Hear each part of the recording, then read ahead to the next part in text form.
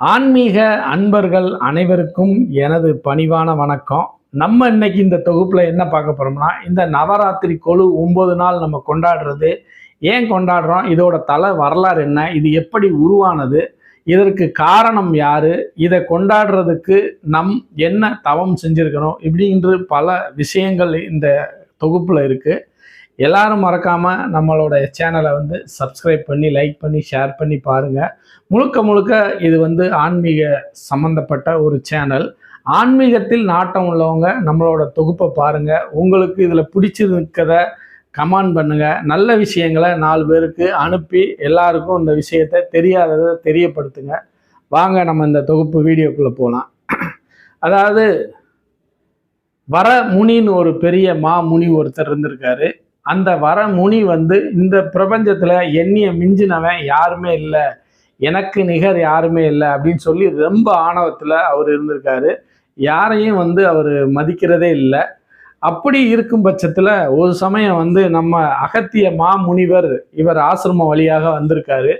வரும்போது அவரோட சிஷ்யன் சொல்லியிருக்கான், இந்த மாதிரி முனிவர் ஒருத்தர் வராரு, அகத்திய முனிவர், அவரை நம்ம வரவேற்கணும் அப்படின்னா. எனக்கு மிஞ்சி யாரும் இல்லை, நான் சிவனவே போய் பார்க்குற ஆள், சிவன்கிட்ட நேரடியாக பேசுகிற ஆள், இவர் யார், இவருக்கெல்லாம் நான் ஏன் மரியாதை கொடுக்கணும் கொஞ்சம் உதாசீனப்படுத்தி அவர் வரும் பட்சத்தில் அவருக்கு எருமையோட ஒரு தோற்றத்தில் அவர் காட்சி கொடுக்குறாரு. ரொம்ப கோபம் அடைஞ்ச நம்ம அகத்திய முனிவர் நீ எப்படி எனக்கு காட்சி அளிக்கிறாயோ அடுத்த பிறவியில் நீ எருமையாவே பிறப்ப அப்படின்னு சொல்லி அவனுக்கு சாபம் விட்டுறாரு.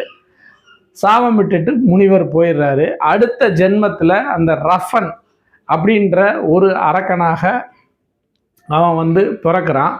அவன் பிறந்து ஒரு கடும் தவம் புரிகிறான், கடும் தவம் இருக்கிறான். தவம் இருக்கும்போது அக்னி தேவன் அவனுக்கு காட்சி கொடுக்குறாரு. அக்னி தேவன் காட்சி கொடுத்து உனக்கு என்ன வர வேணும்னு கேட்குறாரு. அப்போ நான் எல்லா செல்வம் வளம் பெற்று என்னைய மிஞ்சியவங்க யாரும் இருக்கக்கூடாது, அப்படி ஒரு வரம் எனக்கு வேணும் அப்படின்னு சொல்லி அக்னி தேவன்கிட்ட கேட்குறாரு. அப்போ அக்னி தேவன் அவருக்கு சரி நீ என்ன வரம் கேட்குறாயோ அப்படியே உனக்கு கொடுக்குறேன் அப்படின்னு சொல்லி அவனுக்கு அக்னி தேவன் ஒரு வரம் கொடுக்குறாரு. நீ இந்த தவம் முடிந்து நீ முதல்ல யாரை சந்திக்கிறையோ அவங்கள தான் நீ திருமணம் செய்வ, அவங்களுக்கு உனக்கும் ஒரு குழந்தை பிறக்கும் அப்படின்னு சொல்லிட்டு அக்னி தேவன் மறைஞ்சிடுறாரு. மறுபடியும் அவர் அந்த தவத்தை கண்டினியூ பண்ணுறாரு. அப்போ பிரம்மதேவனை நோக்கி கடுமையாக தவம் இருக்கிறாரு. பிரம்மதேவன் வராரு.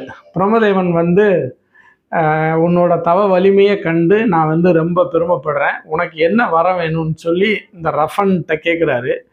அப்போ இவன் என்ன சொல்கிறான்னா, நான் இந்த உலகிலையும் என்னை யாராலும் கொல்லக்கூடாது, யார் கையிலையும் எனக்கு சாவே வரக்கூடாது, தேவர்கள், இந்திரர்கள், அசுரர்கள், மானிடர்கள், இவங்க யாராலையும் எனக்கு எந்த இதுவும் வரக்கூடாது, ஒரு கன்னி பெண்ணால தான் எனக்கு மரணம் வரணும், மற்றபடி என்னை யாரும் எதுவும் செய்ய முடியாத அளவுக்கு எனக்கு வர வேணும்னு பிரம்மதேவர்கிட்ட கேட்குறாரு. பிரம்மதேவர் அவர் கேட்ட வரத்தை அப்படியே கொடுத்துட்டு அவரும் மறைஞ்சிடுறாரு. இப்போ இந்த தவம் வலிமையில் அவர் ரொம்ப சந்தோஷமாக, அதாவது அக்னி தேவன் உனக்கு ஒரு பெண்ணை பார்ப்பை, அந்த பெண்ணுக்கும் உனக்கும் காதல் ஏற்படும், உனக்கு திருமணம் நடக்கும், உனக்கு ஒரு குழந்தை பிறக்கும்னு சொல்லி அக்னி தேவன் சொல்லியிருக்காரு. அப்போ இவர் தவம் முடிஞ்சு இவர் வரும்போது முதல்ல ஒரு மாடு தான் இவருக்கு ஒரு எருமை மாடு தான் இவருக்கு கண்ணில் தட்டுப்படுது, முதல்ல பார்க்குறாரு. அப்போ இவரும் மறுபடியும் அந்த எருமை உருவெடுத்து அந்த எருமையை காதல் செஞ்சு காதல் வசப்பட்டு அது கூட ஒன்று சேர்ந்து அதுக்கு ஒரு குழந்தை பிறக்குது. அந்த குழந்தை தான் மகிஷாசுரன் என்ற அரக்கன். அவனும் மாடு தலையோட மனித உடம்போட பிறக்கிறான். அதாவது அகத்திய முனிவர் வரம் கொடுத்தார் இல்லையா, அதேபடி எருமையாவே நீ பிறப்பான்னா எருமையாவே அவன் பிறக்கிறான். இப்படி வரம் வாங்கினவங்க, இப்படி நம்ம இந்த தேவர்களும் இந்திரர்களும் நம்மளுக்கு இப்படி ஒரு சாபத்தை கொடுத்துட்டாங்க, அதனால அவங்க நிம்மதியாகவே இருக்கக்கூடாதுன்னு சொல்லி இவங்க ஒரு முடிவெடுத்து தேவர்களையும் இந்திரர்களையும் துன்புறுத்துறாங்க. பயங்கரமாக அவங்க இருக்கிற இடத்துக்கு போகிறாங்க, அவங்கள யாகம் செய்ய விட மாட்டேங்காங்க, நிம்மதியாக தூங்க விட மாட்டேங்காங்க, இந்திரலோகமே ஆடுது, அந்தளவுக்கு கொடுமைப்படுத்துகிறாங்க. உடனடியாக தேவர்கள் நேரடியாக வைகுண்டம் செல்கிறாங்க. சென்று பெருமாள்கிட்ட சொல்கிறாங்க, இந்த மாதிரி மகிஷாசுரன் என்ற ஒரு அரக்கன் எங்களை ரொம்ப கொடுமைப்படுத்துகிறான், நீங்கள் தான் வந்து எங்களுக்கு ஒரு தீர்வு காணணும் அப்படின்னு சொன்னோடனே எம்பெருமான் சீனிவாசன் வந்து அவன் வந்து ஒரு கன்னி பெண்ணால் தான் வந்து அவனுக்கு மரணம். அதனால அந்த கன்னி பெண்ணு யாராக நம்ம இவனை அழிக்கிறதுக்கு யோசிக்கணும் அப்படின்னு சொல்லி 3 தேவர்களையும் வந்து சீனிவாச பெருமாள் கூட்டுறாரு. அதாவது சிவபெருமான், பிரம்மதேவன், எம்பெருமான் சீனிவாசன், இவங்க 3 பேரும் தேவர்களும் இந்திரர்களும் எல்லாரும் சபையில் வைத்து இந்த மாதிரி இவனுக்கு ஒரு கன்னி பெண்ணால் தான் சாவுன்னு வர வாங்கியிருக்கான், நம்ம என்ன செய்யணும் இவனை வதம் பண்ணுறதுக்கு அப்படின்னு சொல்லி எல்லோரும் வந்து ஒரு ஆலோசனை பண்ணி தேவி பராசக்தியிடம், அதாவது மகாலட்சுமியை வந்து அவர் ஒரு கன்னி பெண்ணாக அவங்க உருவம் எடுக்கிறாங்க.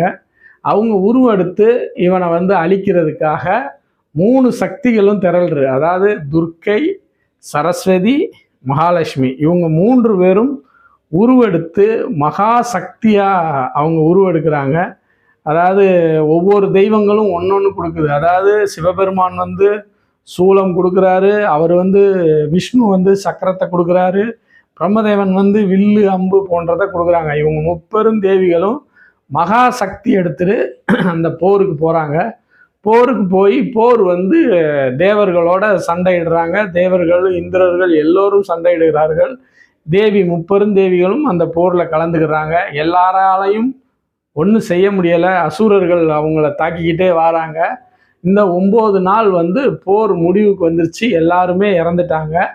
அந்த மகிஷாசுரனை மட்டும் அழிக்கவே முடியலை. அவன் வந்து ஒரு கன்னி பெண்ணால் தான் வந்து எனக்கு சாவு அப்படின்னு சொல்லி வரம் வாங்கியிருக்கிறதுனால இவங்க அந்த 3 தெய்வங்களும் சேர்ந்து இந்த 30 தேவிகளை ஒன்று திரட்டி அவங்களுக்கு ஒரு மகா சக்தியை இவங்க கொடுத்து அந்த கன்னி பெண்ணாக உருமாறி அந்த மகிஷாசுரனை வந்து இவங்க வந்து வதம் பண்ணுறாங்க.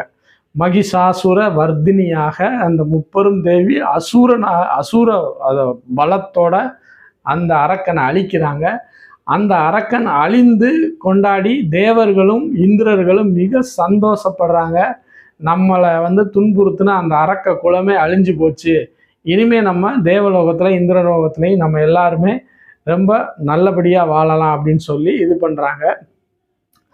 அவங்கள போற்றும் விதமாக இந்த லக்ஷ்மி, சரஸ்வதி, துர்க்கை, இவங்க இந்த பராசக்தி, இவங்க 3 பேரை போற்றும் விதமாக தான் ஒரு 3 நாள் வந்து லக்ஷ்மியை வழிபடுறாங்க, 3 நாள் சரஸ்வதியை வழிபடுறாங்க, 3 நாள் ஆதிசக்தியாக நம்ம துர்க்கையை வழிபடுறாங்க. இந்த கடைசி நாள் இந்த வதம் முடிஞ்சோடனே 30 தேவிகளாக அவங்க உருவெடுத்து 3 சாமிகளையும் ஒன்றா வச்சு அவங்க வந்து இந்த ஒரு விழாவாக வந்து அவங்கள போற்றும் விதமாக, அந்த 30 தேவிகளை போற்றும் விதமாக இந்த விழாவை மிக சிறப்பாக கொண்டாடுறாங்க. இதுதான் நம்ம முன்னோர்கள் அன்று முதல் இன்று வரை கொண்டாடி வராங்க. இந்த கொலு வீட்டில் வைக்கிற ஒவ்வொரு வீடுகளும் வந்து அந்த 10 நாளும் தெய்வ கலாட்சம் நிறைஞ்சிருக்கும். அவங்க 10 நாள் வந்து இந்த கொலு வைக்கிறவங்க வீட்டில் வந்து எல்லாமே நிறைஞ்சிருக்கும். கல்வி, செல்வம், வீரம், அவங்களுக்கு எந்த குறையுமே வராது. அந்த அளவுக்கு அந்த தேவிகள் இந்த 9 நாளும் வந்து எல்லார் வீட்லேயும் கொலு வச்சு இந்த தேவி பராசக்தி, மகாலட்சுமி, நம்ம சரஸ்வதி, இவங்க 3 பேரையும் வணங்குறதுனால அவங்க வீட்டில் எந்த குறையும் வராது, செல்வ செழிப்போடு எல்லாருமே இருப்பாங்க அப்படிங்கிற ஒரு விஷயம் இருக்குது. அதுக்காக தான் அந்த தேவியை வணங்கி அவங்க 3 நாளும் வீட்டில் வந்து படையல் பண்ணி பக்கத்தில் இருக்க மக்கள்களுக்கு அவங்களால முடிஞ்ச ஒரு பிரசாதத்தை வழங்கி இன்னைக்கு வரைக்கும் வராங்க. இதை வழங்கினா இந்த தேவிகள் அனைவரும் உங்களுக்கு 30 தேவிகளும் உங்களுக்கு எல்லா செல்வத்தையும் கொடுப்பாங்க அப்படின்னு வரலாறு. அதை தான் இன்ன வரைக்கும் நம்ம முன்னோர்கள் கடைப்பிடிச்சி வராங்க. நீங்களும் அதை கடைப்பிடிச்சி அந்த 30 தேவிகளோட சக்தியை வாங்க. ஏன்னா அவங்கக்கிட்ட தான் எல்லாம் இருக்குது. அதாவது கல்வி, செல்வம், வீரம், இந்த 3மே இந்த 30 தேவிகிட்ட தான் இருக்குது. இவங்க 3 பேரை நீங்கள் வணங்கினாலே உங்களுக்கு தேவையான அனைத்துமே கிடைக்கும். 30 தேவிகளை நீங்கள் வணங்கினாலே உங்களுக்கு தேவையான எல்லாத்தையும் அந்த 3 தேவிகளும் உங்களுக்கு கொடுப்பாங்க. உங்களோட வாழ்க்கை சுபக்ஷமாக இருக்கும். இந்த பதிவு பிடிச்சிருந்ததுன்னா மறக்காமல் எல்லாரும் நம்ம சேனலை சப்ஸ்கிரைப் பண்ணுங்கள். நன்றி, வணக்கம். அடுத்த ஒரு ஆன்மீக தகவலில் உங்களை சந்திக்கிறேன்.